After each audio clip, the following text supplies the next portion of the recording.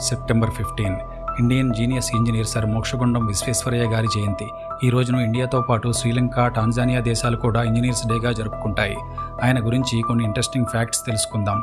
విశ్వేశ్వరయ్య గారు రూపొందించిన automatic flood gates మొదటగా 1903లో పూణేలోని ఖడ్వాస్లా డ్యామ్ వద్ద అమర్చబడ్డాయి. ఇది వాటర్ మేనేజ్మెంట్లో ఒక గొప్ప విప్లవం.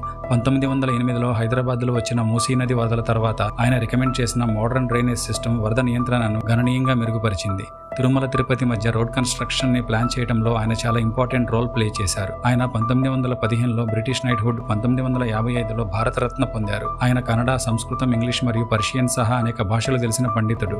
ఆయన ఉచిత సేవల ఆఫర్లను తిరస్కరించేవారు. తన చివరి రోజుల్లో కూడా టికెట్లు మరియు ఇతర సేవలకు చెల్లించడం పట్ల పట్టుదలతో ఉండేవారు. ఆయన పెళ్లి చేసుకోలేదు. తన జీవితాన్ని పూర్తిగా పనికి మరియు దేశానికి అంకితం చేశారు. 1861లో జన్మించిన ఆయన 101 సంవత్సరాలు జీవించారు. 1962లో మరణించారు.